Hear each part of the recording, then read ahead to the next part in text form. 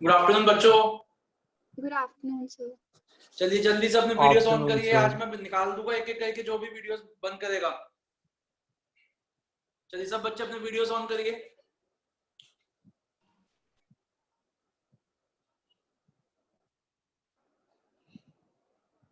Okay तो बच्चों हमारा जो चैप्टर चल रहा है वो स्टाफिंग चल रहा है और स्टाफिंग चैप्टर में अभी तक हमारी कितनी क्लासेस हुई है? अभी तक हमारी सिर्फ नहीं हमारी एक ही क्लास हुई है और उसमें हमने क्या किया है, हमने स्टाफिंग का डेफिनेशन देखी थी प्लस हमने स्टाफिंग के जो हमारा प्रोसेस था हमने स्टाफिंग का प्रोसेस कंप्लीट किया था।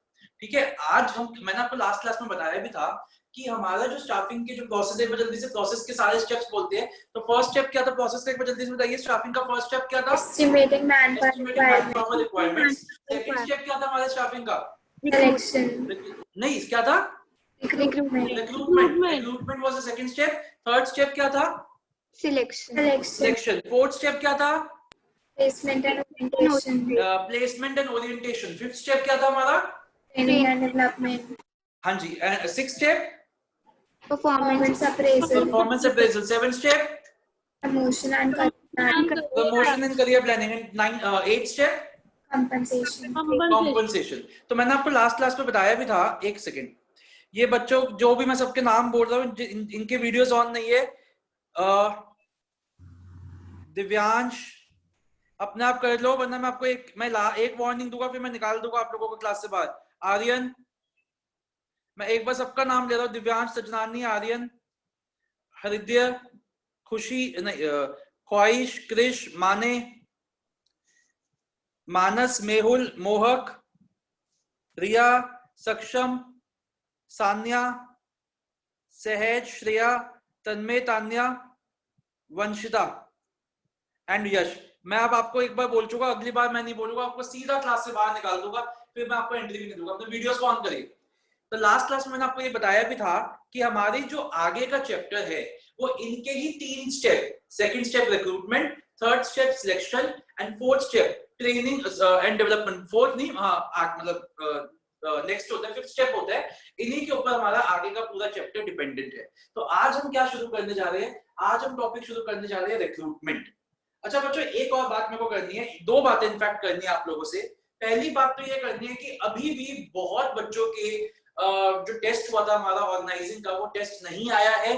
तो प्लीज इस वीक, मेरे को पता है आप लोगों के स्कूल के एग्जाम्स चल रहे हैं and you are over occupied, लेकिन देखो बच्चों इसमें इस टेस्ट को अगर आप करोगे अटेम्प्ट तो आप ही का ही फायदा है। तो आई वुड रिक्वेस्ट कि आप इस वीक में एक दो, मतलब संडे है, एक मंडे तक ज्यादा से ज्यादा मंडे तक आप इसको टेस्ट को मेरे को दे दीजिए, क्योंकि फिर हमारा नेक्स्ट टेस्ट भी लाइन अप हो रहा है। नेक्स्ट मंडे को हमारा नेक्स्ट टेस्ट है, तो प्लीज इस टेस्ट को दे दीजिए। पहली बात। दूसरी बात बच्चों, अगर आपको पता होगा मैंने कल आप लोगों के स्कूल के टेस्ट की डेट मांगी थी और मैंने आप लोगों से आपका सिलेबस मांगा था। तो मैं 2 मिनट लगा के अभी क्लास को आज स्टार्ट करने से पहले 2 मिनट लगा के आपको बताता हूँ कि हम कैसे करेंगे आगे के चैप्टर्स, कैसे आपका कोर्स हो जाएगा। मैं सबका कोर्स करवाऊंगा उनके टेस्ट से पहले, तो रेस्ट बी अश्योर्ड कि आपका कोर्स हो जाएगा, आपका कोई भी चैप्टर नहीं छूटेगा। देखिएगा बच्चों, हमारी क्लासेस चल रही है स्टाफिंग चैप्टर की। अभी आज भी सैटरडे है, मैं इस वीक और अगले वीक सैटरडे क्लासेस लेके स्टाफिंग चैप्टर नेक्स्ट संडे तक खत्म करा दूंगा। तो नेक्स्ट संडे तक आपका स्टाफिंग चैप्टर खत्म हो जाएगा, मतलब 5 या 6 सितंबर तक आपका स्टाफिंग खत्म हो जाएगा। तो हर बच्चे के स्कूल में जिसका भी स्टाफिंग आ रहा है वो स्टाफिंग कंप्लीट हो गया। अब बात होती है डायरेक्टिंग एंड कंट्रोलिंग की। तो आज से, तो हम टुडे इवनिंग इटसेल्फ, आज शाम से मैंने डायरेक्टिंग के और कंट्रोलिंग के वीडियोस बनाए हैं, बिल्कुल वैसे जैसे मैंने नेचर एंड प्रिंसिपल्स चैप्टर के बनाए थे, फुली एग्जॉस्टिव वीडियोस बनाए हैं। तो मैं हर ऑल्टरनेट डे पे, मैं एक साथ नहीं दूंगा आपको, हर ऑल्टरनेट डे पे आज शाम से मैं एक एक वीडियो का लिंक आपके साथ शेयर करता रहूंगा। डायरेक्टिंग चैप्टर से स्टार्ट करूंगा। डायरेक्टिंग में मेरे ख्याल से 8 वीडियो बने हैं और कंट्रोलिंग में 2 वीडियोस बने हैं, 2 या 3 वीडियोस बनेंगे, तो 9-10 वीडियोस बनेंगे। तो मैं आपको हर ऑल्टरनेट डे पे एक एक, जब तक हमारा स्टाफिंग चल रहा है तो मैं एक एक दिन छोड़ के आपको एक एक वीडियो का लिंक भेजता रहूंगा, क्योंकि स्टाफिंग की क्लास तो आज हुई है, कल होएगी, उसके बाद एक हफ्ते बाद होएगी। तो आपके पास एक पूरा वीक होएगा इन वीडियोस को वॉच करने के लिए। कोई 35-40 मिनट्स ऐसे ही बने जैसे प्रॉपर वीडियोस बनते हैं। अब बात होती है कि सर ये वीडियोस देखने किसको है? ये उन बच्चों को तो देखने हैं जिनका स्कूल में एग्जाम है, ये सबको ही देखने हैं, क्योंकि ये जो 2 चैप्टर होंगे ये हम वीडियो से ही करेंगे। ऐसा नहीं है कि इनकी लाइव क्लास नहीं होगी, लाइव क्लास में हम इन चैप्टर्स को रिवाइज किया करेंगे। तो मैंने आपको वीडियो भेज दिया, मैं आपको बोलूंगा कि आज हम इन तीन टॉपिक्स को क्लास में रिवाइज करेंगे। तो ये दोनों चैप्टर सबको देखने हैं। हाँ, इतना जरूर है कि जिनके स्कूल में टेस्ट है वो अभी देख ले, जिनके टेस्ट नहीं है वो थोड़ा सा टाइम लेके देख सकते हैं, बट ये वीडियो सबको देखने हैं। ये 2 चैप्टर्स डायरेक्टिंग और कंट्रोलिंग हमारे को वीडियो के थ्रू ही मैं आपको करवाऊंगा। तो 15 सितंबर से पहले जिसका 13 तक, मतलब मेरा टारगेट है कि 13 सितंबर तक मैं आपकी फर्स्ट बुक खत्म करा दूंगा। मतलब लाइव लेक्चर्स भी और वीडियो लेक्चर्स सारा खत्म हो जाएगा। अब बात उठती है, सर सेकंड बुक जिनके स्कूल में आ रही है, तो जिन बच्चों के स्कूल में सेकंड बुक आ रही है, हम उनके जैसे 4 चैप्टर्स है, जिसमें से मार्केटिंग तो हमारा हो चुका है, उसके बाद हमारे 3 चैप्टर्स बचते हैं। तो वो 3 चैप्टर्स के लिए जिन बच्चों के स्कूल में आ रही है, उनकी लाइव क्लासेस अलग से एक्स्ट्रा क्लासेस या तो मैं ले लूंगा या फिर मैं उनके भी वीडियोस बना के आपको सेंड करता रहूंगा, क्योंकि जिनके स्कूल में सेकंड बुक आ रही है उनका एग्जाम शायद 18 या 28 तारीख को है। तो वी हैव एम्पल टाइम, हम सेकंड बुक भी कर सकते हैं। तो इसलिए मैं कह रहा हूँ, आप लोगों के स्कूल का जिसका भी टेस्ट है आप मुझे बता दीजिए। कोई भी बच्चे का स्कूल का कोर्स इनकम्प्लीट रह जाए ऐसा नहीं होएगा, मैं करवा के ही आपको कम लूंगा। तो बस आपको थोड़ी सी मेहनत और करनी पड़ेगी। तो ये आपका हो गया सारा स्केड्यूल हमारे आगे की क्लासेस का और हमारे आगे के किस तरीके से हमारा कोर्स चलेगा। Again I am telling you कि अपना टेस्ट दे दीजिए, क्योंकि अब अगले हफ्ते फिर टेस्ट है दूसरा। तो प्लीज अपने टेस्ट को, पेंडिंग टेस्ट को कंप्लीट कर दीजिए, फिर हम दोनों टेस्ट को डिस्कस करें। चलिए, सारी बातें हो गई, अब हम शुरू करते हैं अपनी आज की क्लास को फाइनली। तो लास्ट क्लास में जैसे हमने छोड़ा था स्टाफिंग की, मैंने लास्ट क्लास में आपको एक डेफिनेशन याद कराई थी, it is a process of filling and keeping filled the various managerial positions in the organisation. इसमें एक डेफिनेशन हमने याद नहीं की थी, वो आज हम पढ़ने जा रहे हैं। वो पहले वो पढ़ेंगे और फिर हम अपना रिक्रूटमेंट शुरू करेंगे। तो एक बार कम टू पेज नंबर 6.1 पे आइए। ये डेफिनेशन मैंने डेलिबरेटली लास्ट क्लास में नहीं कराई थी, और इसको इसलिए मैंने छोड़ा था क्योंकि ये डेफिनेशन अब आपको बहुत इजीली याद हो जाएगी, क्योंकि अब आपने सारा का सारा प्रोसेस रटा हुआ है। तो क्योंकि आपने सारा प्रोसेस रटा हुआ है, अब कुछ बच्चे निकलने वाले हैं, क्योंकि जो नहीं सुधर रहे, मैं सब बच्चों को निकालने वाला हूं जिनके वीडियोस ऑफ है। ये सब बाहर जाएंगे। अब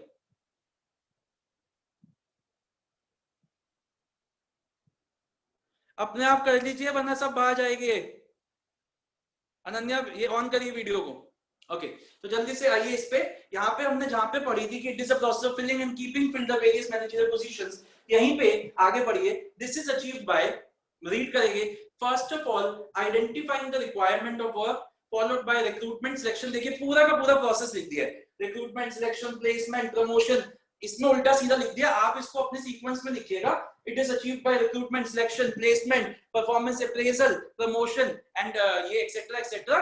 To fill the roles in the organization structure. तो आप ऐसे लिखिएगा, आपको पूरे की पूरा, आपको यहाँ पे क्या लिखना है, आपको यहाँ पे अपना पूरा प्रोसेस ही लिखना है। तो अगर मैं आपको फर्स्ट क्लास में ये याद कराता तो आपको बड़ी मुश्किल होती, क्योंकि आपको स्टेप्स याद नहीं थे। लेकिन now that you are very much मतलब कंफर्टेबल विद द स्टेप्स की सारे नाम आपको याद है, आपको बाय हार्ट याद है, तो अब आप इस डेफिनेशन को इजीली याद कर सकते हैं। दोनों को मिला के आपकी डेफिनेशन बनेगी। आप आधी मत लिख के आना, दोनों को मिला के ही डेफिनेशन आपकी बनेगी। यहां तक सबको समझ में आ गया? किसी को कोई डाउट तो नहीं है? आगे बढ़े। चलिए बच्चों, अब हम आगे बढ़ते हैं, अपना आज का टॉपिक शुरू करते हैं, रिक्रूटमेंट। बहुत ही इंटरेस्टिंग टॉपिक है, चलिए शुरू। तो बच्चों, जैसे हमने आपको लास्ट क्लास में बताया था कि फाइनली अब ऑर्गेनाइजेशन को ये पता चल गया है। बच्चों मेरे एक एक वर्ड को सुनना। फाइनली अब ऑर्गेनाइजेशन को ये पता चल चुका है कि उनको इतने लोगों की जरूरत है, उनकी जो कंपनी है वो अंडर स्टाफ्ड है, उनमें अंडर स्टाफिंग है, लोगों की कमी है। अब ये बात ऑर्गेनाइजेशन के मैनेजर्स को तो पता है, लेकिन ये लोगों को तो थोड़ी ना पता है कि इस फलाना ऑर्गेनाइजेशन में 3 सीईओ की जरूरत है, 4 बीकॉम ऑनर्स लोगों की जरूरत है, 5 इंजीनियर्स की जरूरत है। ये लोगों को पता ही नहीं है। इनफैक्ट एक ऑर्गेनाइजेशन में जितने लोग काम कर रहे हैं उनको भी नहीं पता होगा कि इस पर्टिकुलर डिपार्टमेंट में इस शॉर्टेज ऑफ स्टाफ चल रही है, क्योंकि एक कंपनी में हजारों लोग काम करते हैं, ब्रांचेस अलग अलग होती है, सब कुछ, कोई कहीं है, कोई ऑडिट पे गया हुआ है, कोई कहीं काम पे गया हुआ है, कोई फील्ड पे गया हुआ है। तो हमें पता ही नहीं होता कि हमारी ऑर्गेनाइजेशन में क्या कमी चल रही है। अब आप एक बात बताओ, आप ही स्कूल में काम जाते हो, रोज आपका स्कूल जाना होता था कोविड से पहले, तो आपको पता है कि कौन से मतलब अंडर स्टाफिंग हो रही है, हमारे स्कूल में टीचर्स कम है नहीं है। वो तो सिर्फ किसको पता है? जो स्कूल की मैनेजमेंट है उन्हीं को पता है। तो कहने का मतलब क्या है, आप कंपनी के अंदर भी सब लोगों को ये नहीं पता है कि हमारी कंपनी अंडरस्टाफ्ड है, तो भाई की बातों को तो छोड़ ही दीजिए। बच्चों जब मतलब अगर आपको कुछ चीज में सुनाई देने में कमी हो, कुछ भी हो, तो प्लीज एक बार क्वेरी रेज कर दीजिएगा, अदरवाइज मैं अपने हिसाब से आगे बढ़ता रहूंगा। तो अब क्या हुआ, अब मान लीजिए मुझे लोगों की जरूरत है, तो अब मुझे लोगों को बताना पड़ेगा कि मेरी ऑर्गेनाइजेशन पे इस जगह पे एक एक पोस्ट खाली हुई है और मैं चाहता हूं कि आप अपना नाम उस पोस्ट के लिए दीजिए। तो बेसिकली हम कर क्या रहे हैं, हम लोगों से एप्लीकेशंस मंगवा रहे हैं कि आप अपने सीवी हमें दीजिए, सीवी मतलब बायोडाटा हमें दीजिए और हम आपके नाम को आपको कंसीडर करेंगे फॉर दिस पोस्ट। ये जो प्रोसेस होता है जहां हम लोगों को क्या कर रहे हैं, हम लोगों को एनकरेज कर रहे हैं कि वो अपना नाम दे, हम उनको फोर्सफुली नहीं लेके आ रहे, हम उनको एनकरेज करें कि आप अपना नाम दीजिए हमारी ऑर्गेनाइजेशन में इस पोजीशन के लिए।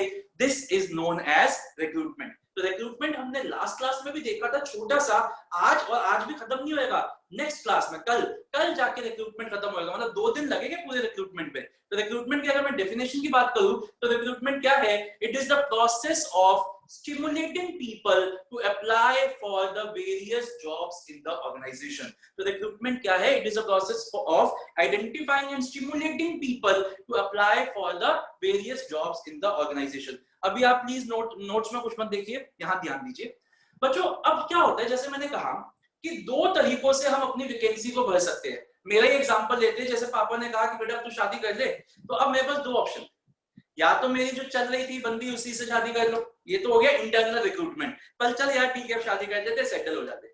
या फिर मान लो उससे नहीं करनी, तो अब क्या है, एक्सटर्नल रिक्रूटमेंट, अब आपको बाहर जाके मुंह मारना है, sorry don't mind my words, तो अब आपको बाहर जाके ढूंढना है। तो वैसे ही ऑर्गेनाइजेशन में भी अब पता चला है कि इतनी पोजीशन खाली हो गई है, तो अब मेरे पास 2 ऑप्शंस है। अगर ऑर्गेनाइजेशन को लगता है कि ये जो लोग हैं, ये जो डिपार्टमेंट है ये ओवर स्टाफ्ड है, यहाँ पे 10 लोग काम करे, जरूरत 7 लोगों की है, ये 3 लोग एक्स्ट्रा ही लगे हुए हैं, तो इनको हम इधर ट्रांसफर कर सकते हैं। तो ये तो हो गया इंटरनल रिक्रूटमेंट कि हमने एक पोजीशन भर दी, ऑर्गेनाइजेशन के अंदर वाले लोगों से ही भर दी, तो ये तो हो गया इंटरनल रिक्रूटमेंट। लेकिन कभी कभी क्या होता है कि हमारे जो ऑर्गेनाइजेशन में लोग काम कर रहे होते हैं, एक सेकेंड बच्चों,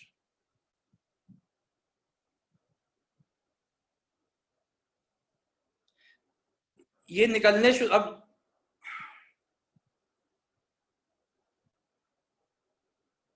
ये मैं अब जो नहीं कर रहा, मेरी बात को नहीं मारा, वो अपने आप ही बाहर चले जा रहे हैं।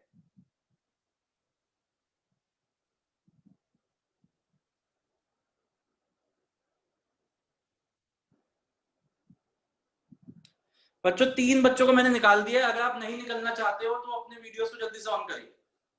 हाँ, तो एक्सटर्नल रिक्रूटमेंट क्या हुआ कि मैं बाहर से लोगों को इनवाइट करूंगा जो अभी मेरे पास काम नहीं कर रहे हैं, मेरे पास वो ऑर्गेनाइजेशन में नहीं है, तो इसको हम कहते हैं एक्सटर्नल रिक्रूटमेंट। अब बच्चों एक छोटा सा प्रोसेस होता है हमारे रिक्रूटमेंट का भी, इस प्रोसेस के 4 स्टेप होते हैं और इन स्टेप्स की कोई हेडिंग नहीं है, कुछ भी नहीं है, सिर्फ एक एक लाइन के 4 स्टेप्स है, ना कोई डिटेल है ना कुछ है, एक एक लाइन के 4 स्टेप है। तो we generally miss this process, लेकिन जो हमारे केस स्टडीज आ रही है उसके पॉइंट ऑफ व्यू से ये 4 लाइनों का प्रोसेस बहुत इंपॉर्टेंट है, because I tell you why. क्या होता है, पहला क्वेश्चन, पहले आपके पूरा क्वेश्चन आएगा केस स्टडी का जिसमें रिक्रूटमेंट की बात होगी, उसका पहला क्वेश्चन होगा which function of management is highlighted in the above case. तो आंसर क्या होना चाहिए, फंक्शन ऑफ मैनेजमेंट पूछे तो आंसर क्या होना चाहिए, स्टाफिंग। स्टाफिंग, पहला 1 मार्क हो गया। फिर सेकंड क्वेश्चन आएगा identify the element of the function identified in part A, identify the element of the function identified in part A, तो क्या हो जाएगा सेकंड का आंसर, रिक्रूटमेंट। फिर आएगा, ये हो गया 1 मार्क, ये हो गया 1 मार्क। फिर क्वेश्चन आएगा 2 नंबर का और write down the process of the element identified in part be above, तो 2 नंबर का 4 स्टेप्स है, हाफ मार्क का ईच। तो बेसिकली हमारे ये ना केस स्टडीज के पॉइंट ऑफ व्यू से प्रोसेस बहुत इंपॉर्टेंट है, तो समझते हैं प्रोसेस को। तो मैं अपने एग्जांपल को कंटिन्यू करता हूँ। तो जैसे पता चला है कि मेरे को अब शादी करनी है, तो मेरे पास बहुत तरीके थे, अब एक्सटर्नल सोर्स से शादी करनी है, अब हमें बाहर से ही कोई अपने लिए लड़की ढूंढनी है, तो मेरे पास बहुत तरीके हैं। आप क्या कह सकते हो, अपने रिश्तेदारी में बोल सकते हो, आप मंदिर के पंडित को बोल सकते हो, आप ऑनलाइन ये शादी.com, ये जीवनसाथी.com पे जा सकते हो, आप ऑफलाइन मैरिज ब्यूरोज होते हैं जो वहां पे जाके उनके थ्रू कर सकते हो। अब ये क्या हो गया, सबसे पहला स्टेप क्या है कि हम कहां से एप्लीकेशन इनवाइट करेंगे। तो सबसे पहला स्टेप क्या हो गया, finding out the sources from where you can call for the applications. कहां से एप्लीकेशंस हम मंगवा सकते हैं। अब एक बात बताइए, क्या सारे सोर्सेज अच्छे होते हैं? नहीं, सारे सोर्सेज अच्छे नहीं है। अगर आप लोगों को एक मूवी याद हो, लगे रहो मुन्ना भाई, याद है लगे रहो मुन्ना भाई में क्या था, इसमें वो विद्या बालन और वो थी संजय दत्त शायद, और वो क्या है, पंडित जो होता है वो तो कुंडली मिलाने के लिए टाइम ही चेंज कर देता है, मंगलिक को नॉन मंगलिक बना देता है, नॉन मंगलिक को मंगलिक बना देते हैं, क्योंकि उनको तो सिर्फ केस क्या करना है, उनको तो मिलाना है, उनको तो अपनी कमीशन मिलनी है। तो कहने का मतलब क्या है, सबसे पहले हमने ये देख लिया कि कहां से हम एप्लीकेशंस ले सकते हैं। फिर मैंने देखा कि किस सोर्स की कितनी क्रेडिबिलिटी है, ऑनलाइन की कितनी क्रेडिबिलिटी है, ऑफलाइन की कितनी क्रेडिबिलिटी है, ये हमारे सोसाइटी के मंदिर की कितनी क्रेडिबिलिटी है, रिश्तेदारी की कितनी क्रेडिबिलिटी है कि रिश्तेदार जो रिश्ता बताएगा वो सही है कि नहीं, पता चले उससे वो मेरे से पहले से कुंडा खाया बैठे और कोई गलत बंदे से शादी करा दे और घर का सत्यानाश हो जाए, तो उसकी तो बात बिल्कुल ही नहीं माननी है हमें। तो हमें ये देखना है कि किस सोर्स की कितनी क्रेडिबिलिटी है। तो पहला स्टेप हो गया कौन सा सोर्स है। दूसरा स्टेप हो गया किस सोर्स की कितनी क्रेडिबिलिटी है। तीसरा स्टेप भी मैंने चूज किया कि ना तो मैं मंदिरों का सहायता लूंगा, ना तो मैं पंडितों की सहायता लूंगा, ना ही मैं रिश्तेदारी की सहायता लूंगा, मैं तो ऑनलाइन जो हमारे ये साइट्स बनी हुई है उसके थ्रू भैया अपने लिए एक अच्छी सी कन्या ढूंढूंगा। तो ये मेरा लिए मैंने अपने लिए क्या चूज कर लिया, मैंने अपने लिए एक सोर्स को चूज कर लिया। जरूरी नहीं है कि आपको एक ही सोर्स चूज करना है, आप दो भी कर सकते हो। अगर आप ज्यादा उतावले हो रहे हो तो आप चारों को बोल दो, भाई तू भी ढूंढ, मुझे आज ही शादी करनी है। तो वो तो आपके ऊपर डिपेंड करता है कि आप कौन से सोर्स के साथ जाना चाहते हो और कितने सोर्स के साथ जाना चाहते हो। तो तीसरा पॉइंट हो गया डिसाइडिंग ऑन द सोर्स और sources from where you will receive the application, and finally उस सोर्स से एप्लीकेशंस मंगवाना शुरू करना। तो जैसे मैंने ऑनलाइन माना, तो फिर फाइनली मैंने ऑनलाइन अपना वो बनाया, अपना बायोडाटा वगैरह उस पर अपडेट किया, और उसके बाद एक सेकंड, हाँ, तो उसमें मैंने अपना बायोडाटा वगैरह अपडेट किया और उसके बाद फाइनली वहां से क्या आनी शुरू हो गई, वहां से फिर एप्लीकेशंस आनी शुरू हो गई। तो 4 स्टेप का प्रोसीजर होता है हमारा रिक्रूटमेंट। तो पहला स्टेप क्या हो गया, identifying the various sources of where from where you can invite the application। दूसरा, checking the accuracy and the credibility of each source। तीसरा, deciding about the sources from where you will accept the application, and fourth, finally inviting the application from those source या फिर sources। बस ये 4 लाइनों का process है, ना तो इनकी कोई हेडिंग्स है और ना ही कोई इनकी डिटेल है। बताइए बच्चों, समझ में आया यहाँ तक? अध्ययन, यू आर अगेन, चलिए आप मेरे से क्लास के बाद बात करना होगी, ठीक है। चलिए, तो हमारे को क्या करना है, फाइनली हमें फिर उनसे एप्लीकेशंस मंगवानी है। बेटा अभी मत नोट डाउन करो, अभी आगे बढ़ते हैं। तो अभी तक हमने 2 चीजें की। सबसे पहले हमने किया कि रिक्रूटमेंट का प्रोसेस क्या होता है, उसकी डेफिनेशन, और उसके बाद हमने 4 स्टेप का रिक्रूटमेंट का प्रोसेस किया। अब हम आज क्या करने जा रहे हैं, अब हम एक रिक्रूटमेंट का इंटरनल रिक्रूटमेंट को शुरू करने जा रहे हैं। तो जैसे मैंने आपको बताया बच्चों, इंटरनल रिक्रूटमेंट का क्या मतलब होता है, जब हम अपनी ऑर्गेनाइजेशन में से ही लोगों को भरते हैं। फॉर एग्जांपल, ये मेरी ऑर्गेनाइजेशन है और मेरे पास यहाँ वैकेंसी खाली हुई है और यहाँ पे ज्यादा लोग काम कर रहे हैं, तो मैं क्या कर सकता हूँ, मैं इन लोगों को यहाँ पे ट्रांसफर कर सकता हूँ। तो ये भी रिक्रूटमेंट है। मान लीजिए मेरे पास यहाँ पे कोई लोग काम कर रहे हैं और मेरी यहाँ पे वैकेंसी खाली हुई है, तो मैं इनको यहाँ पे प्रमोट कर सकता हूँ, ये भी रिक्रूटमेंट है। तो इंटरनल रिक्रूटमेंट 2 तरीकों से हो सकती है, या तो आप ऐसे हॉरिजॉन्टली शिफ्ट कर सकते हैं अपने एम्प्लॉइज को, ये हुआ ट्रांसफर, या फिर आप ऐसे कर सकते हो, प्रमोट कर सकते हो अपने एम्प्लॉइज को, ये हो गया प्रमोशन। अब मेरा सवाल सबसे है, ओपन क्वेश्चन है, एक बात बताओ, यहाँ पे पोजीशन खाली हुई है, आप यहाँ पे काम कर रहे हो, तो आप यहाँ पे अपना नाम दोगे कभी, नीचे वाली पोस्ट के लिए अपना नाम दोगे कभी भी?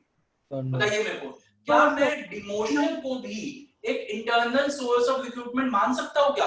मेरे को बताइए, क्या मैं डिमोशन को भी एक इंटरनल सोर्स ऑफ रिक्रूटमेंट मान सकता हूँ या नहीं मान सकता? ट्रांसफर होता है, प्रमोशन होता है, क्या डिमोशन भी एक सोर्स ऑफ रिक्रूटमेंट होता है कि नहीं होता? Sir no. बताइए, तेज बोलिए। Sir no. नहीं, क्यों नहीं होता? क्योंकि एक चीज अगर आपने रियलाइज की हो, रिक्रूटमेंट में हम लोगों से एप्लीकेशन मांगते हैं।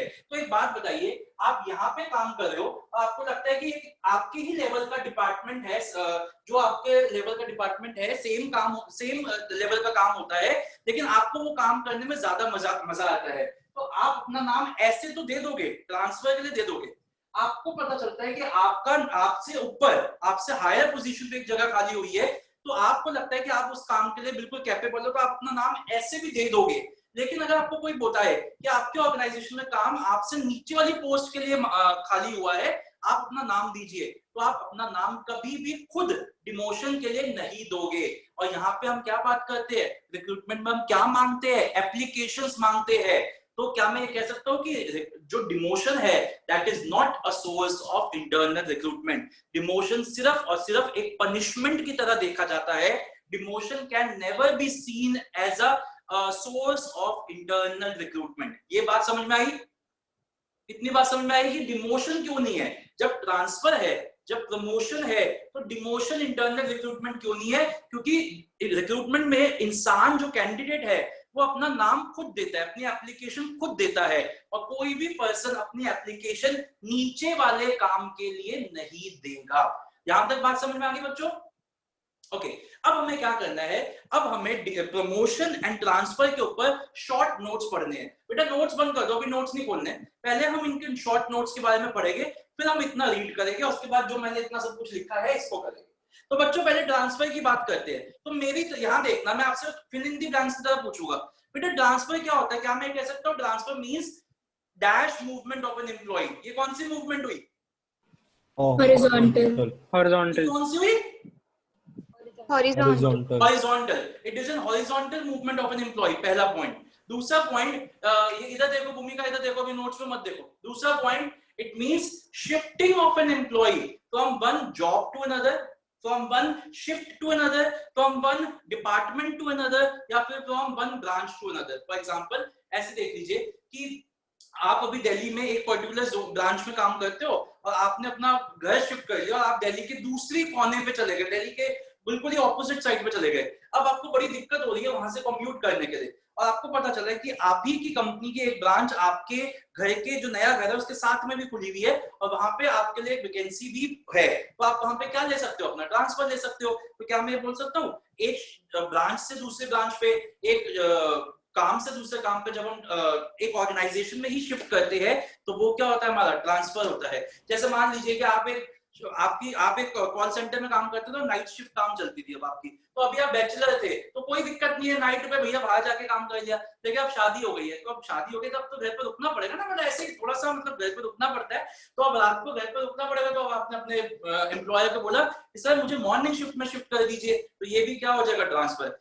क्योंकि आपकी ना तो सैलरी, ना आपकी रिस्पॉन्सिबिलिटीज, ना आपकी रैंकिंग, ना आपके स्टेटस, ना आपके प्रेस्टीज, किसी में भी कोई भी चेंज नहीं आया है। There is no change in the salary, payment, prestige, ranking etcetera etcetera, आपका सब कुछ सेम है। अब आप बोलोगे सर जब हम एक काम से दूसरे काम पे शिफ्ट होते हैं तब कैसे ये सेम है? तो मैं आपको एग्जांपल से समझाता हूँ। मान लीजिए आप फाइनेंस डिपार्टमेंट में काम कर रहे हो, एक XYZ पोजीशन, आप अच्छा काम कर रहे हो, लेकिन आपके एम्प्लॉयर्स वगैरह को सबको लगता है, आपके सुपीरियर्स को लगता है कि आप मार्केटिंग बहुत अच्छी करते हो, क्योंकि आप में वो स्किल्स है जो मार्केटिंग मैनेजर में होनी चाहिए। तो उन्होंने आपका नाम किसी सेम लेवल पे, आप फाइनेंस में काम कर रहे हो, सेम लेवल पे मार्केटिंग डिपार्टमेंट पे पोजीशन के लिए भेज दिया, जहां पे आपका काम तो चेंज हो जाएगा, फाइनेंस से मार्केटिंग का हो जाएगा, लेकिन आपकी सैलरी वगैरह ऑलमोस्ट सेम रहेगी, क्योंकि दोनों जो मैनेजर्स है उनका लेवल सेम है। तो इसको हम कह सकते हैं from one job to another या from one department to another. तो ये हो गया हमारा ट्रांसफर। अब आगे बढ़ते हैं, ट्रांसफर के बारे में हम और क्या लिख सकते हैं? ट्रांसफर एक बहुत अच्छा तरीका है लोगों की टर्मिनेशन को रोकने का। मान लीजिए ऑर्गेनाइजेशन ओवरस्टाफ्ड है, अब ओवरस्टाफ्ड ऑर्गेनाइजेशन है तो ऑर्गेनाइजेशन के पास क्या ऑप्शंस है? लोगों को निकाले। लेकिन अगर एक डिपार्टमेंट ओवरस्टाफ्ड है और एक डिपार्टमेंट अंडरस्टाफ्ड है, तो ट्रांसफर करके हम ओवरस्टाफ्ड डिपार्टमेंट के लोगों को अंडरस्टाफ्ड डिपार्टमेंट में भेज सकते हैं, जिससे दो फायदे होंगे। पहला फायदा एम्प्लॉइज की जॉब बच जाएगी, ये तो एम्प्लॉइज को हुआ, और दूसरा फायदा कंपनी को मिलेगा कि उसको पूरा रिक्रूटमेंट का प्रोसेस नहीं चलाना पड़ेगा, उसने इंटरनली ही लोगों को आपस में ही क्या कर दिया, रिक्रूट कर दिया। तो दोनों को ही फायदा मिला, ऑर्गेनाइजेशन को भी फायदा मिलेगा और एम्प्लॉय को भी फायदा मिलेगा। आगे हम क्या कर सकते हैं कि इससे हम लोगों को काम भी सिखा सकते हैं। मैं आपको एग्जांपल देता हूँ।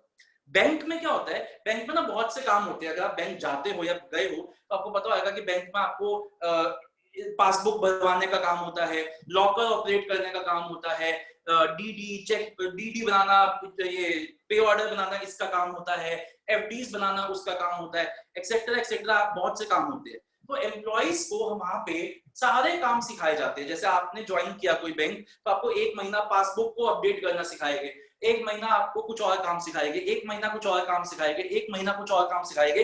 तो with in span of 6-7 months आपको और सारा बैंकिंग का सारा सिस्टम समझ में आ जाएगा। तो इससे क्या होएगा कि आप सारे कामों में आपको नॉलेज मिल गई है। तो किसी दिन मान लीजिए एक एम्प्लॉय एब्सेंट होता है, तो उसका काम आपको बोल सकते हैं कि 1-2 दिन के लिए आप दो पोस्ट संभालोगे, ये भी और ये भी, जिससे क्या है कि काम नहीं रुकेगा। तो ऑर्गेनाइजेशन को एक बेनिफिट मिल जाता है ट्रांसफर से कि वो सारे काम सिखा देती है अपने एम्प्लॉइज को, जिससे कि ट्रेनिंग हो जाती है उनकी और उनका काम ऑर्गेनाइजेशन का फिर नहीं रुकता।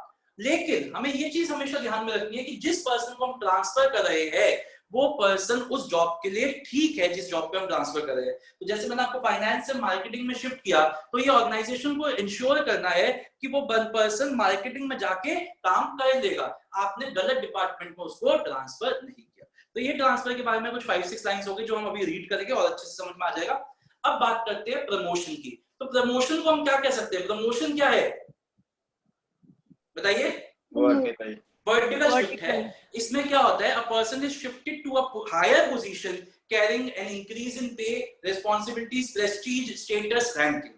अच्छा, इससे क्या होता है, इससे लोगों जो एम्प्लॉइज है उनका मोटिवेशन बढ़ता है, उनकी लॉयल्टी एंड डिवोशन बढ़ती है। एक बात बताओ, अगर आपको लगता है कि आपकी ऑर्गेनाइजेशन आपको प्रमोशन दे सकती है, तो आप उस ऑर्गेनाइजेशन में और डेडिकेशन के साथ काम करोगे और शिद्दत के साथ काम करोगे। और एक और फायदा होता है कि प्रमोशन से ना एक क्या होता है कि मान लीजिए सेकंड जो ये वाले पर्सन यहाँ शिफ्ट हो गए, ये वाले पर्सन यहाँ शिफ्ट हो गए, मतलब ये वाले लेवल के पर्सन ऊपर हो गए, ये ऊपर वाले लेवल के पर्सन और ऊपर चले गए। तो नीचे वाले जो लेवल है, हालांकि उधर कोई प्रमोशन नहीं हुआ, लेकिन वो भी ऑटोमेटिकली मोटिवेट हो जाते हैं। चेन ऑफ, मतलब जैसे कहते हैं ना, स्पिरिट ऑफ मोटिवेशन भागती है ऑर्गेनाइजेशन में। ऐसा क्यों होता है? क्योंकि उनको लगता है कि अगर आज ये पर्सन यहाँ शिफ्ट हो रहा है और ये पर्सन यहाँ शिफ्ट हो रहा है, तो कल को मेरी भी तो एक चांस आ सकती है, मैं भी तो शिफ्ट हो सकता हूँ। तो जब भी प्रमोशन होता है ऑर्गेनाइजेशन में, it helps in motivating all the employees in the organisation.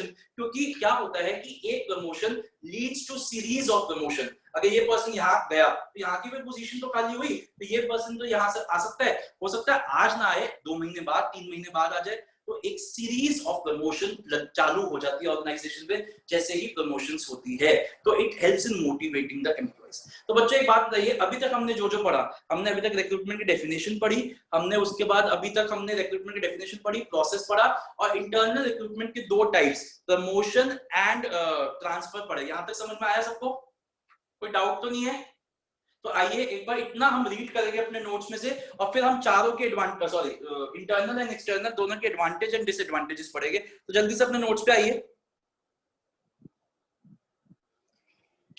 Okay, come to page number, हाँ जी बच्चों, कम टू पेज नंबर 6.7 पे आइए। मैंने 1-2 चीजें छुड़वाई है, वो हम लास्ट क्लास में पढ़ेंगे।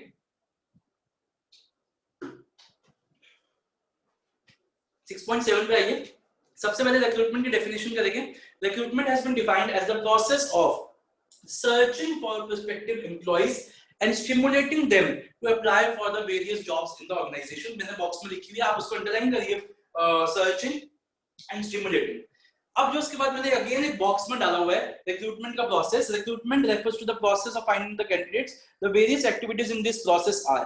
आप देख सकते हैं कि 4 स्टेप्स है, ABCD, कोई हेडिंग नहीं है, कोई कुछ नहीं है, आपको ऐसे ही इनको याद करना है। और ये ज्यादा से ज्यादा 2-3 नंबर में आ सकती है, इससे ज्यादा नहीं आएगी, हाफ मार्क ईच की आ सकती है। तो इसको वेरी इंपॉर्टेंट मार्क करिए, इस बॉक्स के लेफ्ट में लिखिए, very important for case studies, we generally tend to forget this या इग्नोर दिस कि इतना सा प्रोसेस कहाँ आएगा, बट ये केस स्टडीज के पॉइंट ऑफ व्यू से बहुत इंपॉर्टेंट है। तो आइए पहला क्या हो गया, identification of the different sources of labour supply, कि हम कहाँ से एम्प्लॉइज को की एप्लीकेशंस को मंगवा सकते हैं। सेकंड क्या हो गया, assessment of their validity. Assessment of their validity का क्या मतलब हुआ कि जितने भी सोर्सेज हमने आइडेंटिफाई किए, जैसे मैंने अभी आपको अपने एग्जांपल में मंदिर बताया था, लेकिन लोगों के लिए जब हम एम्प्लॉइज की बात करते हैं तो टोटल 12 सोर्सेज होते हैं। 2 तो हो गए इंटरनल के एंड 10 सोर्सेज होते हैं एक्सटर्नल के। फिर से बताता हूँ, टोटल 12 सोर्सेज होते हैं, इंटरनल के 2 एंड एक्सटर्नल के 10। तो इंटरनल तो हमने आज कर लिया, एक्सटर्नल हम कल करेंगे 10 सोर्सेज, तो टोटल 12 सोर्सेज होते हैं। तो पहले तो ये देखना कि इन 12 सोर्सेज में से हमारे लिए कौन से सही है। सारे सोर्सेज सब ऑर्गेनाइजेशन के लिए ठीक नहीं होते, कोई किसी ऑर्गेनाइजेशन के लिए बेटर होता है, कोई किसी ऑर्गेनाइजेशन के लिए बेटर होता है। तो सबसे पहले तो हमें ये देखना है कि हमारे लिए कौन से सोर्सेज काम करेंगे, फिर हमें देखना है उनकी वैलिडिटी करनी है कि कौन से सोर्स की कितनी क्रेडिबिलिटी है, कितनी उसकी मतलब उसका उधर से एप्लीकेशंस आने की, अच्छी एप्लीकेशंस आने की कितनी प्रोबेबिलिटी है। तो आइए assessment of their validity. Third पे चलते हैं, choosing the most suitable source और सोर्सेस। एंड फोर्थ क्या हुआ, inviting applications from the prospective candidates for the vacancies. तो please I again tell you, इन चारों स्टेप्स को आपको याद करना है। इसका कोई ऐसा स्लैंग नहीं है क्योंकि कोई हेडिंग्स ही नहीं है, but we tend to forget this या we tend to ignore this, so do not make this mistake. इसको लिख लीजिए, it is very very important.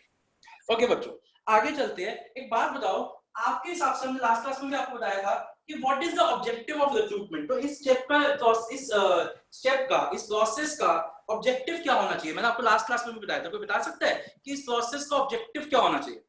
Inviting applicants. Putting the right people in the right job. Inviting applicants.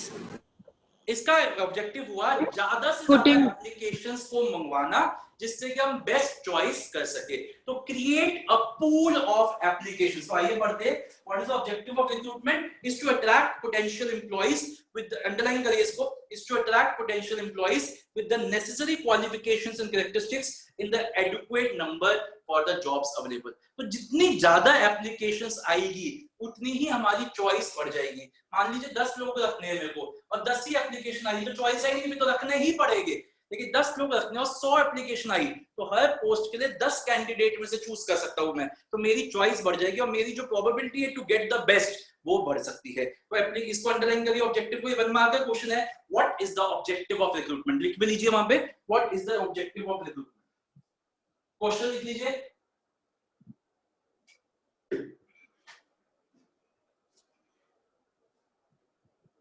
चलिए बच्चों आगे चलते हैं, अब शुरू करते हैं इंटरनल सोर्स। तो इंटरनल सोर्स ऑफ रिक्रूटमेंट पाइए, the two important source, internal source of recruitment are transfer and promotion. तो सबसे पहले ट्रांसफर पढ़ते हैं। ट्रांसफर, बेटा जहां पे ट्रांसफर शुरू हो रहा है इसी पेज पे नीचे वहां लिखिए important for case studies and short notes. ये बहुत इंपॉर्टेंट है, case studies and short notes के लिए आइडेंटिफाई करने को आ जाता है, पूरा केस आ जाएगा और फिर पूछ जाएगा which source of recruitment is identified in, is can be identified in the above case. तो ये केस स्टडीज के लिए बहुत इंपॉर्टेंट है और शॉर्ट नोट्स भी आ जाते हैं। तो आइए, transfer refers to shifting of an employee from one job to another, underline करिए job to another, from one department to another, underline करिए, from one shift to another, underline करिए। Next point, it does not involve any, underline करिए, does not involve any change in the responsibilities, rank, rate of compensation, status, etc. It is a good source of filling vacancies with employees from overstaffed department. तो अगर कोई department ओवरस्टाफ्ड है तो आपके पास option नहीं है उनको निकालने के सिवा। हाँ, एक ऑप्शन बनता है कि उनको निकालने के बजाय आप उस डिपार्टमेंट में शिफ्ट कर सकते हैं जहां पे अंडर स्टाफिंग है। थोड़ी ट्रेनिंग देनी पड़ेगी लेकिन आपका काम भी आसान हो जाएगा और ऑर्गेनाइज और एम्प्लॉय की भी जॉब बची रह जाएगी। तो दोनों का ही फायदा होता है ऐसा करने पे। तो आगे चलते हैं, it is practically and horizontal, underline करिए, practically and horizontal movement of the employee, shortage of suitable personnel in one branch may be filled through other branch. Job transfers are also helpful in avoiding termination, underline करिए termination, and in removing individual problems and grievances. मैं आपको इसका example देता हूँ, actually में ये ladies के लिए, विमेन एम्प्लॉइज के लिए बहुत ज्यादा हेल्पफुल होता है। फॉर एग्जांपल आप ऐसे देखिए कि आप एक दिल्ली में रहते हो और आप एक कंपनी में काम कर रहे हो और बहुत अच्छी पोजीशन पे काम कर रहे हो। अब आपकी शादी हो गई and you are like you went out of Delhi, मतलब आप कहीं बाहर जाके सेटल हो गए, मान लीजिए आप दिल्ली से बाहर फिर चंडीगढ़ वगैरह सेटल हो गए, it's quite a normal possibility. अब जॉब आप करना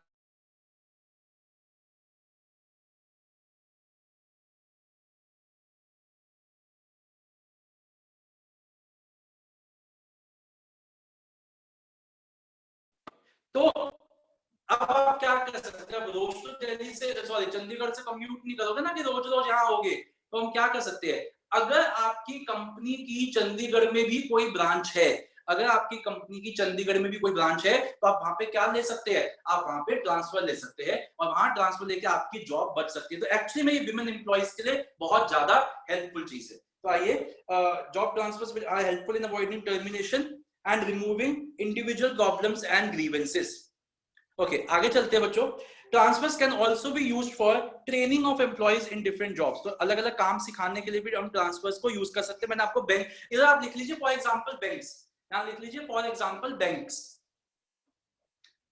and lastly, it should be ensured that the employee to be transferred to another job is capable of performing it। तो जब आप एक पर्सन को दूसरे जॉब पे ट्रांसफर कर रहे हो तो प्लीज इंश्योर कि वो उस काम को करने के लायक है, वो उस काम को कर सकता है। ओके, अब आइए प्रमोशन पे। तो promotion refers to shifting of an employee to a higher position, underline करिए higher position, carrying higher responsibilities, prestige, facilities and pay. तो ज्यादा आपकी सैलरी भी बढ़ जाएगी, आपकी रिस्पांसिबिलिटीज भी बढ़ जाएगी, सब कुछ बढ़ जाएगा। Promotion is a vertical shift, underline करिए वर्टिकल शिफ्ट को, मतलब हाईलाइट करिए।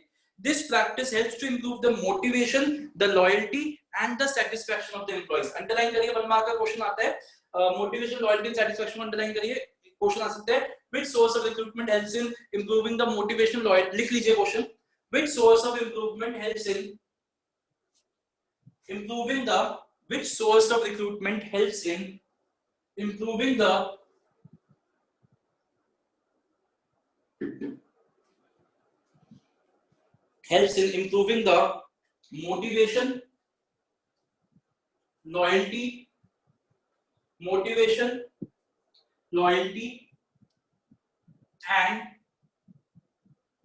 motivation, loyalty, and satisfaction of the employees। तो आपका आंसर होगा एक्सटर्नल सोर्स और इसके आगे हाइफन लगा के प्रमोशन।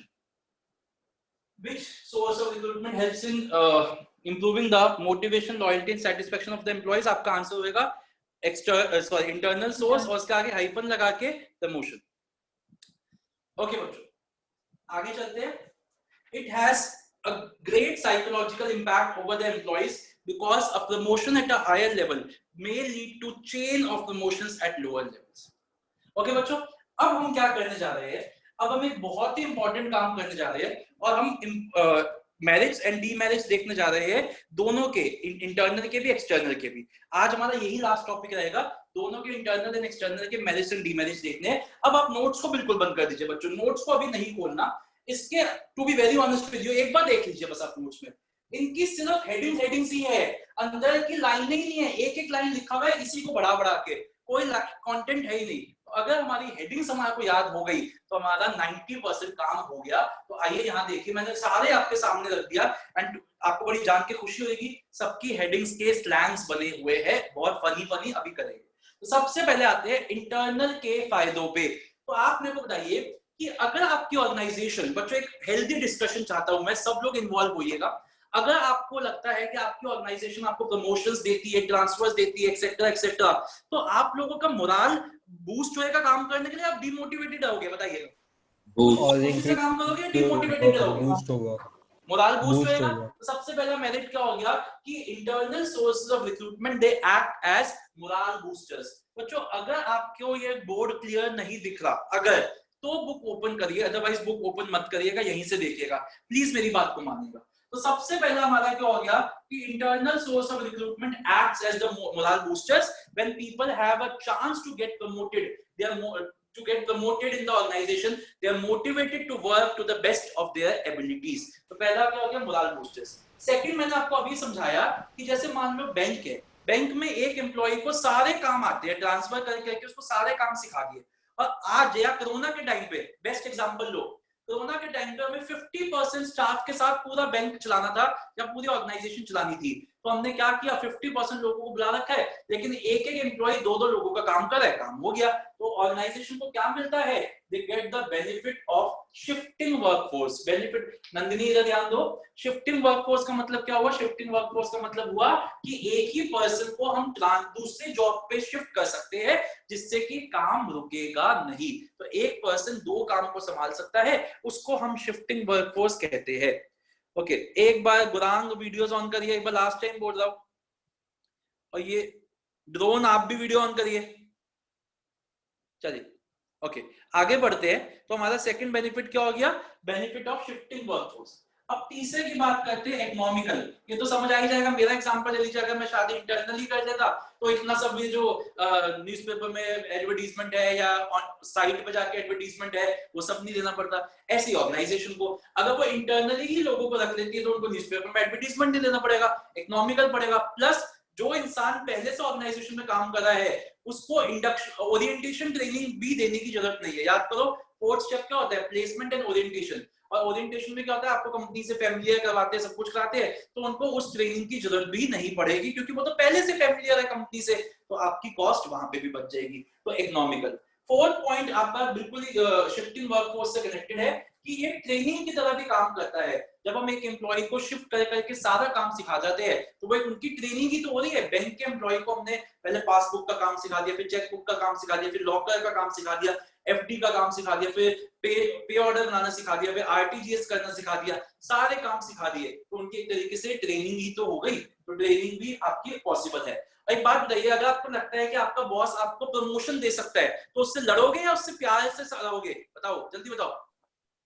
उसके साथ अच्छे से रहोगे, प्यार मोहब्बत के साथ रहोगे, तो ऑर्गेनाइजेशन में क्या रहेगा, इंडस्ट्रियल पीस प्रिवेल करेगा। मैं इसको इस तरीके से बोलता हूं, अगर आपको ये पता चल जाए कि आपकी स्कूल की टीचर के हाथ में एक भी नंबर नहीं है 12th के मार्क्स के आपके, तो आप उसको माँ बहन की गाली दे दोगे, अबे चल चल निकल, मैं नहीं दे रहा टेस्ट। क्या जा रहा है, क्योंकि आपको पता है वो कुछ कर ही नहीं सकती आपके बोर्ड के रिजल्ट्स का, लेकिन आप उसको हेलो मैम, हाय मैम क्यों बोलते हो, ma'am I respect you so much, क्योंकि आपको पता है कि 20 नंबर आपके मार्क्स 12th के बोर्ड के उसके हाथ के है, उसके हाथ में है, इसलिए ना चाहते हुए भी आपको बड़ी रिस्पेक्ट देनी पड़ती है। Ma'am you are so grateful, you are so good, teachers day आ रहा है, मैं आपको गिफ्ट दूंगा, ये दूंगा। लेकिन आपको पता चल जाए कि ये बोर्ड पे कुछ नहीं करेगी, कुछ नहीं है इसके हाथ में, तो आप वो टेस्ट मांगती रहेगी और आप दे देंगे, चल आगे बढ़, दे देंगे टेस्ट, क्योंकि आपको पता है आपको कुछ वो आपका कुछ बिगाड़ नहीं सकती। लेकिन जहां आपको पता है कि वो आपके बारे में सोच रही है, आपके बारे आपसे कंसर्न्ड है, तो आप भी उसके साथ अच्छे से रहोगे और उसके साथ एक पीसफुली एक एनवायरनमेंट रखोगे। वैसे मैं आपको याद दिला दूं बच्चों, 5 सितंबर आने वाली है, तो अगर आप गिफ्ट देना चाहते हो तो मैं आपको अपना एड्रेस बता दूंगा, भेज देना। ऐसी कोई दिक्कत नहीं है, मतलब कि नहीं ले सकता मैं ले लूंगा, पहले बता रहा हूं मैं आपको। And next, better selection and placement का क्या मतलब हुआ, कि बच्चों देखो इसको इस तरीके से देखते हैं, जिसके साथ आप पहले से काम कर चुके हो, तो उसको तो आप बेटर जानते हो ना, बजाय इसके जो बिल्कुल ही फ्रेश आ रहा है। अब इसको अगेन मैरिज से जोड़ो, अगर आप पहले किसी के साथ थे रिलेशन में और इससे शादी करते हो, तो आप पहले से जानते हो कि भैया क्या इसकी अच्छाई है और क्या नुकसान है, इस बंदे के क्या इसके अच्छी बातें क्या खराब बातें हैं। अब किसी से बिल्कुल ही फ्रेश आप मिल रहे हो, उससे शादी कर रहे हो, तो आपको पता ही नहीं वो क्या होता है, it will be a pure new book for you. बिल्कुल वैसे ही अगर आपका कोई एम्प्लॉय पहले से आपके साथ काम कर रहा है, तो आपको पता है कि वो किस काम में बेटर है और किस काम में वो अच्छा नहीं है, तो आप बेटर सिलेक्शन एंड प्लेसमेंट कर सकते हो। लेकिन अगर आप बिल्कुल ही किसी को फ्रेश रखते हो, तो वो अच्छा भी हो सकता है और बुरा भी हो सकता है। तो नेक्स्ट क्या हो गया, बेटर सिलेक्शन एंड प्लेसमेंट। तो देखो बच्चों, इसके पहले स्लैंग बनाते हैं, तो इसका बड़ा ही प्यारा स्लैंग मैंने बनाया है, मेरी बेटी बबली। ठीक है, मेरी बेटी बबली, मैंने बड़ा प्यारा सा स्लैंग बना दिया। एम कैपिटल, बेटी का सब कुछ कैपिटल और बबली का बी कैपिटल। तो लिख लीजिए जल्दी से एक बार स्लैंग को। एम से मोरल बूस्टर्स, बी से बेनिफिट ऑफ शिफ्टिंग वर्कफोर्स, बेटी का चारों चीजें कैपिटल है, ई से इकोनॉमिकल, टी से टूल ऑफ ट्रेनिंग, आई से इंडस्ट्रियल पीस एंड बबली का सिर्फ बी कैपिटल है, better selection and placement. Better selection and placement. एक बार फिर से बोलते हैं, एम से मोरल बूस्टर्स, बी से बेनिफिट ऑफ शिफ्टिंग वर्कफोर्स, ई से इकोनॉमिकल, टी से टूल ऑफ ट्रेनिंग, आई से इंडस्ट्रियल पीस एंड बी से बेटर सिलेक्शन एंड प्लेसमेंट।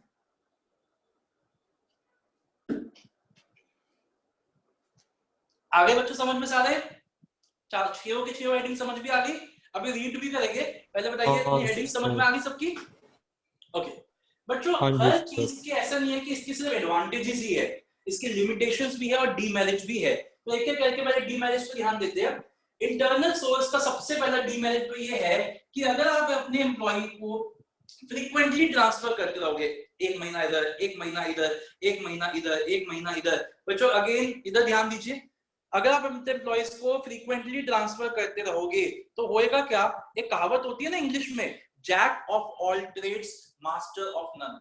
काम तो सारे सीख जाएगा लेकिन किसी भी काम में स्पेशलाइजेशन गेन नहीं कर पाएगा, क्योंकि उसको आपने स्पेशलाइजेशन गेन करने का मौका ही नहीं दिया, टाइम ही नहीं दिया। वो यहाँ पे रुकता था, आप उसको ट्रांसफर कर देते थे, फिर दूसरे काम पे ट्रांसफर कर देते थे। तो काम तो सीख गया लेकिन किसी भी काम में हम उसको ये नहीं कह सकते कि स्पेशलाइजेशन आ गई, तो कहीं ना कहीं उसकी प्रोडक्टिविटी जो है उस पर इफेक्ट पड़ेगा, कहीं ना कहीं उसकी प्रोडक्टिविटी और उसकी वजह से ऑर्गेनाइजेशन की प्रोडक्टिविटी हार्म हो सकती है।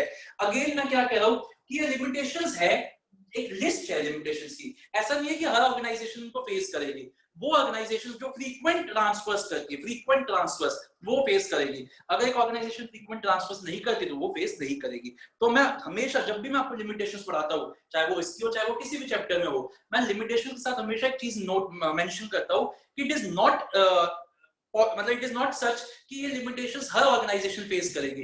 ये लिमिटेशंस तभी फेस करी जाएगी अगर ऑर्गेनाइजेशन सही से काम नहीं करेगी। नेक्स्ट पे चलते हैं बच्चों। क्या होता है कि इंटरनली मान लो एक पोजीशन है, यहां ध्यान दीजिए, एक पोजीशन है और इसके लिए आपको पता है कि आप तीन दोस्त हो, तो आपको पता है कि हम में से ही कोई सिलेक्ट होएगा, तो आपको पता है कि हम तीनों में से यही बड़ी सबसे अच्छा है, यही सिलेक्ट होएगा। तो ये दोनों तो काम ही करना छोड़ देंगे क्योंकि इसको पता है कि हम तीनों में से इस पोस्ट के लिए कोई जाएगा और हम तीनों में से यही सबसे अच्छा, तो अभी तो इसी का नंबर आएगा। तो जब मैं ये कह सकता हूँ कि जब कोई कंपटीशन ही नहीं है बाहर से, तो लोगों की कॉम्पिटिटिव स्पिरिट खत्म हो जाती है और कभी कभी लोगों के लगने लग जाता है कि सबसे सीनियर, हम तीनों में सबसे सीनियर भी यही है तो यही जाएगा।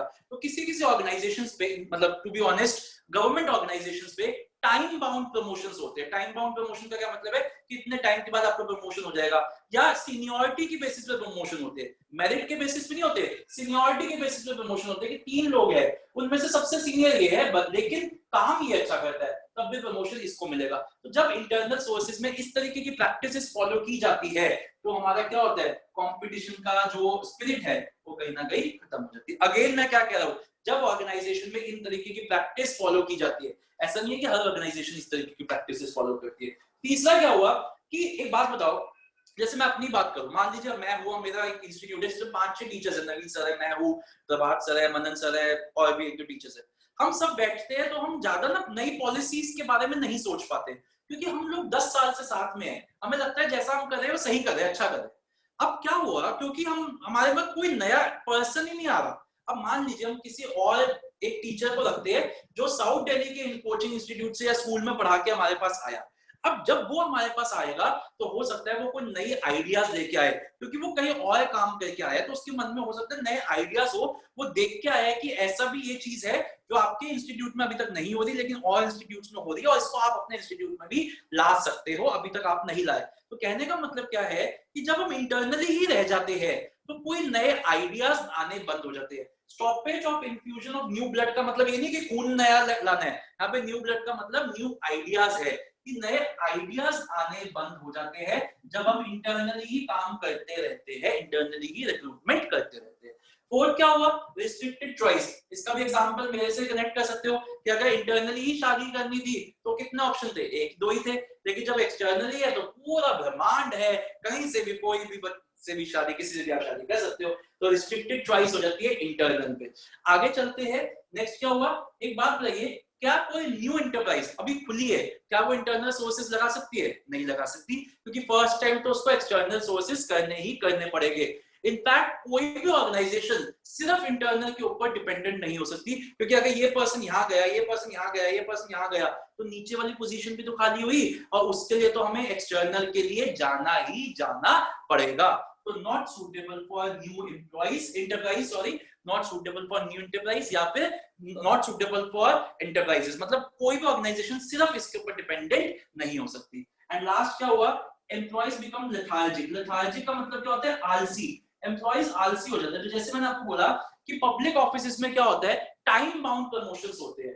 टाइम बाउंड प्रमोशन का मतलब क्या हुआ कि आपको इतने टाइम के बाद प्रमोशन मिलेगा ही मिलेगा, चाहे आप काम करो ना करो। आप आए 3 साल बाद आप प्रमोट हो जाओगे, फिर 2 साल बाद आप प्रमोट हो जाओगे, ऐसे ऐसे आपका एक स्केल बना हुआ है। तो आप काम क्यों करोगे जब आपको टाइम के हिसाब से प्रमोशन मिल रहा है? तो आप आलसी पड़ जाओगे, बस आप आके अपना अटेंडेंस लगाओगे और मस्ती करते रहोगे, क्योंकि आपको तो प्रमोशन टाइम के हिसाब से मिल रहा है, ना कि मेरिट के हिसाब से। क्योंकि इंटरनल में ये बहुत बड़ी प्रॉब्लम रहती है, एम्प्लॉइज आलसी हो जाती है। तो देखिए बच्चों, सबका फर्स्ट लेटर मिला के हमने एक बड़ा ही प्यारा सा स्लैंग बनाया है, entry in LSR, entry in LSR, lady Shriram college of commerce, आप लोगों को पता ही होगा, entry is in LSR is not easy, entry in LSR is not easy. तो E से इफेक्ट ऑन प्रोडक्टिविटी, L से लैक ऑफ कंपटीशन, S से stoppage of infusion of new blood, R से रिस्ट्रिक्टेड चॉइस, N से not suitable for new enterprises, and आगे उसके बाद E से employees become lethargic।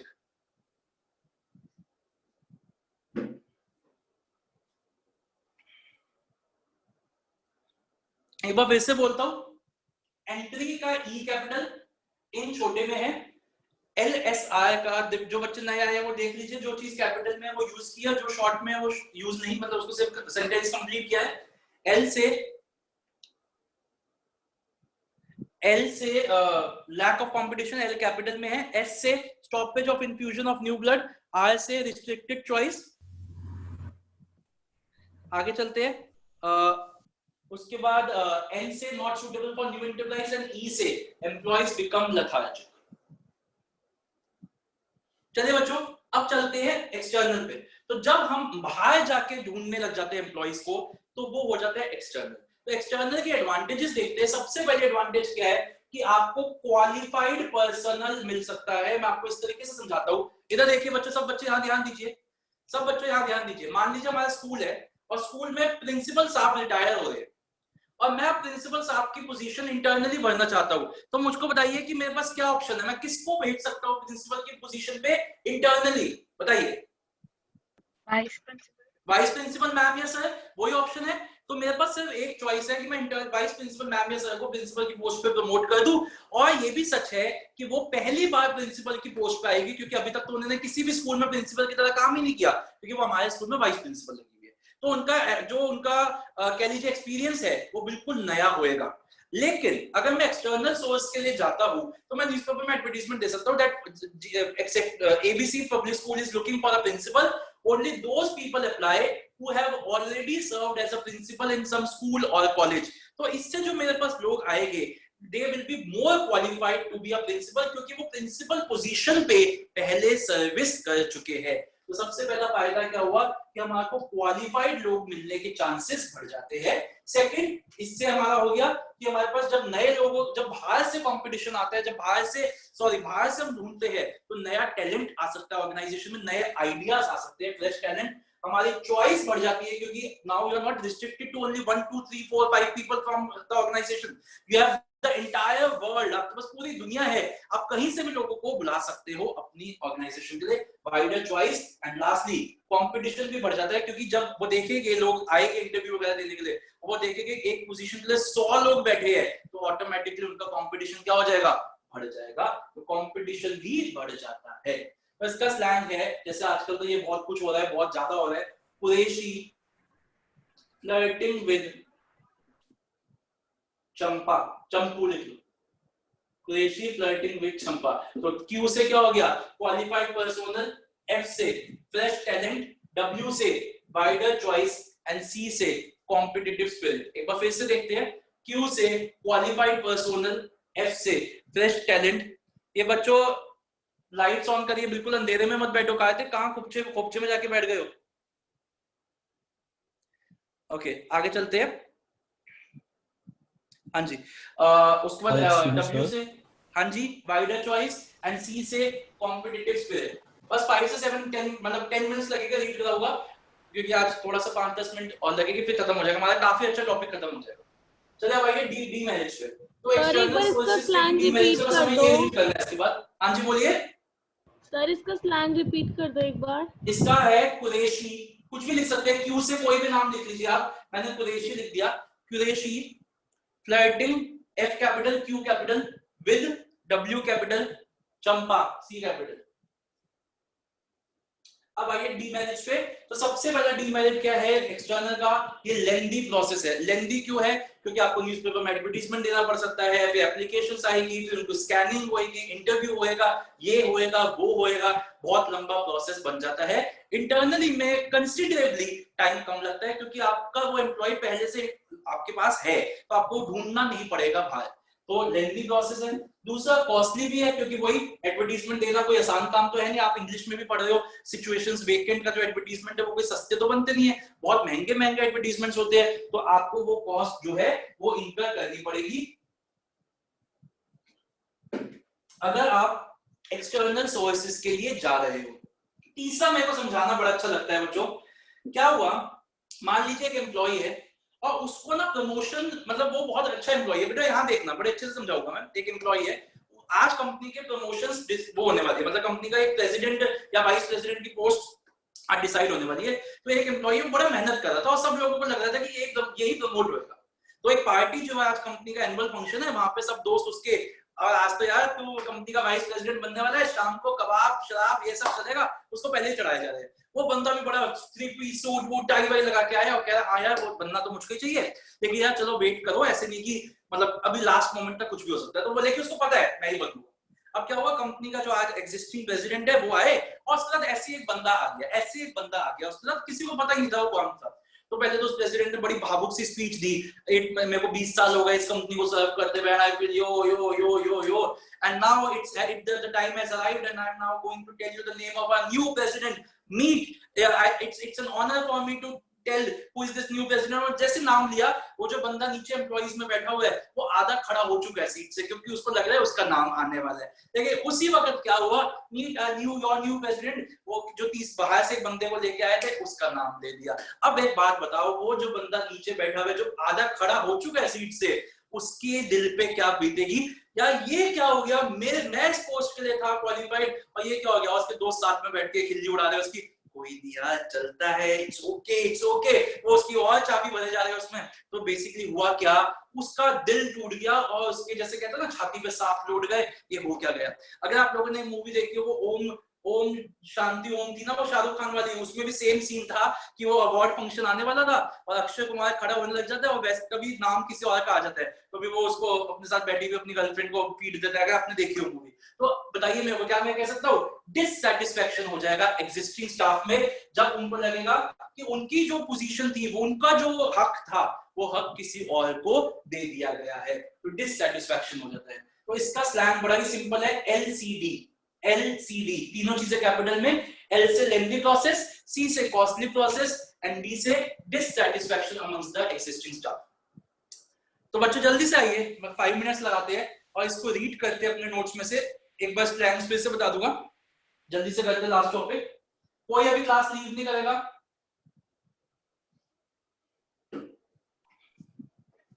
Excuse me sir. Okay बच्चों जल्दी से आइए मैरिज पे, पेज नंबर 6.8। सर हाँ जी बोलिए। सर मेरी दूसरी क्लास स्टार्ट हो गई, क्या करूं? चलिए आप चले जाना, बट कल 3:30 बजे क्लास है, ठीक है, और कोई लीव नहीं करेगा, कल 3:30 बजे क्लास है। ओके आप चलिए, आइए मैरिज पे आइए।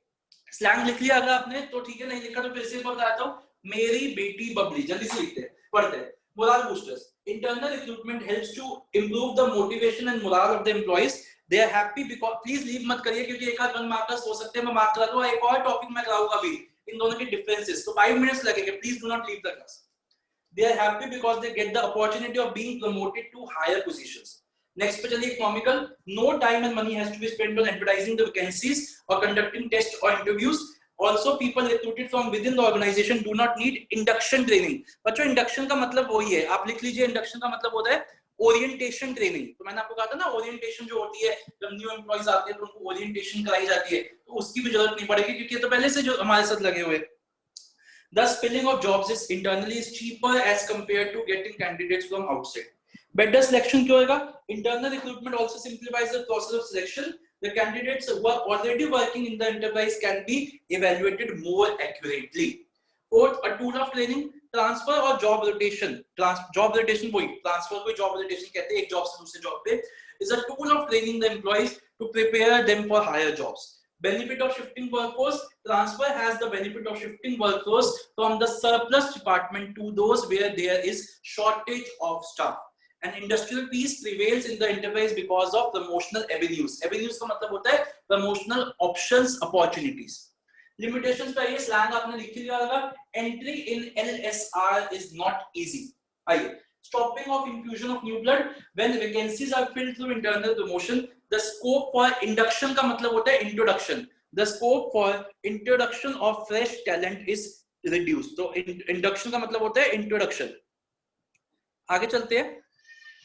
Not suitable for new enterprise. A new enterprise cannot use internal source of recruitment. No organization can fill all the vacancies from internal source. Effect on productivity. Frequent transfer of employees may often reduce the productivity of the organization. Lack of competition. In the absence of competition from qualified candidates from outside, employees are likely to expect automatic promotion by seniority. Underline करिए, automatic promotion by seniority. Thus, spirit of competition amongst the employees may get tempered. Tempered मतलब affected. Restricted choice. Recruitment from within the organization has restricted choice. Employees become lethargic. Lethargic का मतलब हिंदी में लिख लीजिए आलसी. The employees may become lethargic if they are sure of time-bound promotions. Time-bound promotions मतलब जैसे for example government offices जहाँ पे आपको इतने टाइम के बाद promotion मिलता ही है. तो अब आइए सीधा ये external पे, external के advantages पे आइए, marriage पे slang लिख लिया होगा आपने. Reshi flirting with Champa. आइए, qualified personnel. By using external source of recruitment, the management can attract qualified and trained people to apply for the vacant jobs in the organization. Wider choice. When vacancies are advertised widely, a large number of applications from outside the organization may also apply. Thus, management has a wider choice. Fresh talent. The present employees may be insufficient or they may not fulfill all the specifications of the job. External recruitment provide wider choice. Competition. If the company taps का मतलब uses. If the company uses external sources, the existing staff will have to compete with the outsiders. They will have to work harder to show better performance. Limitation का slang लिख लीजिए LCD. Dissatisfaction. External recruitment may lead to dissatisfaction and frustration. They may feel that their chances of promotion are reduced. Lengthy. Recruitment from external source takes a long time. The firm has to notify. Notify मतलब उसको newspaper में बताना पड़ेगा. The vacancies and wait for applications to come. Costly. It is very costly to recruit people from outside the organization. A lot of money is to be spent on advertisement. तो बच्चों अब ये जो हमारा है sources ये हम कल करेंगे. अब आप आइए next page पे आइए जल्दी से. आजकल last topic करने जा रहे हैं 2 मिनट का. What are the differences between internal and external? Come to page number 6.13. हमेशा की तरह हाथ रख लीजिए बेसिस के ऊपर, या सॉरी बेसिस को ओपन रखिए, इन दोनों को छुपा लीजिए और एक एक हम करते रहते, फिर मैं इसका भी स्लैंग आपको बताऊंगा लास्ट में. तो सबसे पहला है नेचर ऑफ प्रोसेस. तो मुझे बताइए इंटरनल एंड एक्सटर्नल में कौन सा सिंपल प्रोसेस है और कौन सा कॉम्प्लेक्स प्रोसेस है? बताइए इंटरनल एंड एक्सटर्नल में कौन सा सिंपल प्रोसेस है और कौन सा कॉम्प्लेक्स प्रोसेस है? इंटरनल सिंपल है और जो कॉम्प्लेक्स है वो एक्सटर्नल है. उसमें एप्लीकेशन मंगवानी पड़ेगी. तो आइए nature of process. Internal recruitment is a quick process. Underline करिए quick. It involves searching of candidates from within the organisation. External is a lengthy and the complex process. It involves finding the candidate from outside. देखो बताइए economical कौन सा पड़ेगा? Internal process is cheaper. It does not involve cost of advertising and contacting the external sources. And external, this process is costly as the vacancies have to be notified. Notified मतलब told in the newspaper. एक बात बताइए, effect on staff. Bracket में लिख लीजिए existing. अपने समझने के लिए.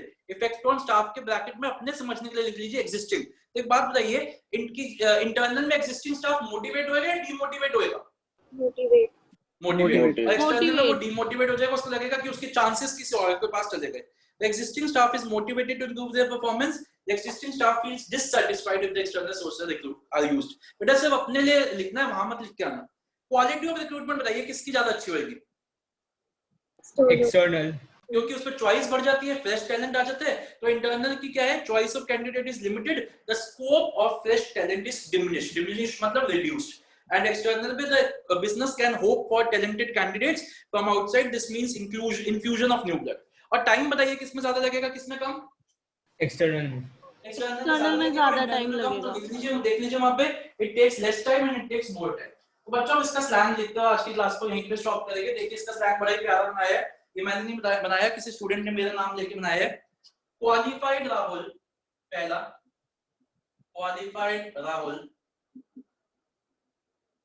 enjoys every, अब देखना मत, हंसना मत, naughty talk। अब ये देखो बच्चे ऐसे कैसे स्लैंग बनाते रहते हैं, मैं क्या करूं बताओ। क्यू से क्वालिटी ऑफ रिक्रूटमेंट, ई से इकोनॉमी, ई से ही इफेक्ट ऑन स्टाफ, एन से nature of process and T से टाइम इन्वॉल्व। फिर से देखते हैं, क्यू से क्वालिटी ऑफ रिक्रूटमेंट, ई से इकोनॉमी, ई से इफेक्ट ऑन स्टाफ, एन से nature of process and T से टाइम इन्वॉल्व। अब बच्चों बस 1 मिनट मेरी बात को सुन लीजिए, फिर आज की क्लास को वाइंड अप करते हैं। बच्चों जैसे मैंने आपको बताया, स्लैंग रिपीट कर दो। हाँ स्लैंग में रिपीट कर देता हूं। Qualified Rahul enjoys every naughty talk. Okay बच्चों, 2 अनाउंसमेंट्स, 3 लास्ट में एक बार। पहली बात तो आपको अपने टेस्ट देने हैं 1-2 दिन के अंदर सारे। दूसरी, आज शाम से ही मैं आपको डायरेक्टिंग की वीडियो सेंड करने शुरू कर दूंगा। दे आर एग्जॉस्टिव वीडियोस, जैसे नेचर के वीडियोस थे, कुछ भी चीज नहीं छोड़ी है मैंने, आपको नोट्स में से रिवाइज पढ़ाया भी है उसमें, तो उनको वीडियोस को देखना शुरू कर दीजिए। और सबको देखने हैं, जिनका एग्जाम है उनको भी, जिनको नहीं है उनको भी। दूसरी बात, एंड तीसरी बात, कल हमारी क्लास है 3:30 बजे। आपकी आज का होमवर्क है, आपको ये सारी हेडिंग, सिर्फ हेडिंग्स 2-2 बार लिखनी है, सबकी हेडिंग 2-2 बार लिखनी है। आज का आपका सिर्फ यही होमवर्क है। अपना हमारा नेक्स्ट टेस्ट जो होगा वो स्टाफिंग का होगा, इस वीक नहीं नेक्स्ट वीक। तो स्टाफिंग हमारा तब तक खत्म हो जाएगा, स्टाफिंग पढ़ना शुरू कर दीजिए। ओके बच्चों, अगर आपके मन में अगर कोई क्वेश्चन है, कुछ भी पूछना है, वो रुक सकता है, अदरवाइज आप जा सकते हैं। आज की क्लास यहीं पे खत्म होती है। Bye bye. बाय। किसी को कुछ पूछना है वो रुक जाइए। सर